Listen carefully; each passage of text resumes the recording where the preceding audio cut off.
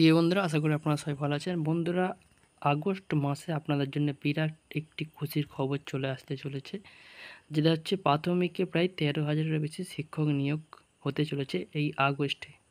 তো আপনাদের জন্য বিরাটই সুযোগ। তো তো বন্ধুরা, ভিডিওটি আরও ভালো করে আপনাদেরকে জানিয়ে দিচ্ছি কী কী নোটিফিকেশান দিয়েছে। আপনারা ভিডিওটা শেষ পর্যন্ত দেখতে থাকুন।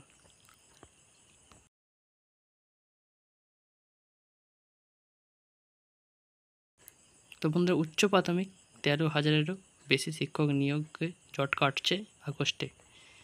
এবং প্রাথমিকে যে নিয়োগটি হতে চলেছে সেটা হচ্ছে উচ্চ প্রাথমিক স্কুলের শিক্ষক নিয়োগ সংক্রান্ত জট কাটতে চলেছে আগস্টে। কলকাতা হাইকোর্টের রায়ের পরে নিয়োগ শুরু হবে প্রায় 13,500 পদে। স্বস্তি পাবে বহু বছর ধরে শিক্ষক শূন্য অবস্থায় পড়ে থাকা স্কুলগুলি। আগামী 10-11 আগস্ট নাগাদ এ নিয়ে চূড়ান্ত রায় দেবে কলকাতা হাইকোর্টের ডিভিশন বেঞ্চ। সংশ্লিষ্ট মামলার গতি প্রকৃতি এবং শুনানি দেখে ওয়াকিবহাল মহলের আশা নিয়োগ পক্ষে যাবে সেই রায়। তবে নিয়োগের পক্ষেই কিন্তু যেতে পারে সেই রায়। বহু বছর ধরে নানা আইনি টানাপোড়েন মামলা পাল্টা মামলার থমকে রয়েছে উচ্চ প্রাথমিকের নিয়োগ। গত 18 জুলাই এই সংক্রান্ত মামলায় রায়দান স্থগিত রাখে বিচারপতি তপব্রত চক্রবর্তী ডিভিশন বেঞ্চ। তবে জানিয়ে দেওয়া হয় 3 সপ্তাহের মধ্যে চূড়ান্ত রায়দান হবে। সেই হিসাবে 10-11 আগস্ট মামলাটির রায় দিতে পারে হাইকোর্ট। উচ্চ প্রাথমিকে মোট শূন্যপদ 14,339টি। প্যানেলে 13,033 জনের নাম রয়েছে।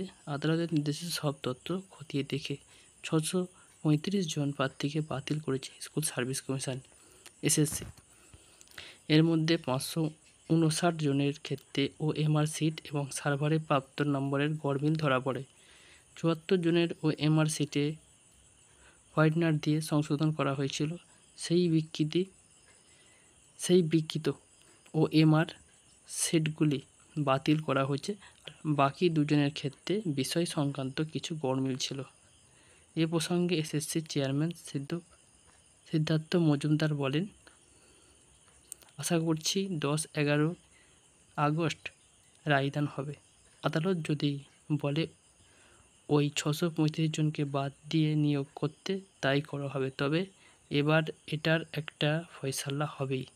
আবার প্রাইমারি চাকরিপ্রার্থী মঞ্চের নেতা সুশান্ত ঘোষ বলেন, বহুদিনের প্রতীক্ষার অবসান এবার হতে চলেছে বলে আমরা আশাবাদী। আবার রাজ্যের 25,753 জন শিক্ষক ও শিক্ষার্থীদের চাকরি থাকছে না, বাতিল হচ্ছে, তার একটা আভাস মিলবে সুপ্রিম কোর্টের আগামী 6 আগস্টের শুনানিতে। উচ্চ মাধ্যমিক স্তরের শিক্ষক, গ্রুপ সি এবং গ্রুপ ডি স্তরের শিক্ষাকর্মী মোট 4 ধরনের নিয়োগ এর সঙ্গে জড়িয়ে। তাই সব কিছু এক জায়গায় আনতে আদালত একটি কমিটি গঠন করেছে। সাহায্য করছে এসএসসি এবং শিক্ষা দপ্তরও। নিয়োগবিধি, বিজ্ঞপ্তি, শূন্যপদের সংখ্যা এবং তালিকা, প্রার্থীদেরকে যোগ্যতা সব এক জায়গায় রাখা হচ্ছে। 6 আগস্ট আগেই সেই সমস্ত তথ্য সুপ্রিম কোর্টে জমা পড়বে, তারপরে শুনানি হবে। তো বন্ধুরা, বুঝতেই পারছেন, প্রায় 13,000 শিক্ষক কিন্তু রিক্রুট করবে। আগস্ট মাস থেকেই কিন্তু সেই নোটিফিকেশান প্রকাশিত হয়ে যাবে হাইকোর্টের রায়ের পরে। তো এই ছিল আজকের আপডেট। সবাইকে অসংখ্য ধন্যবাদ। সবাই ভালো থাকবেন এবং চ্যানেলটিকে সাবস্ক্রাইব করে রাখবেন এবং ভিডিওটিকে শেয়ার করতে ভুলবেন না আপনার বন্ধুদের সঙ্গে।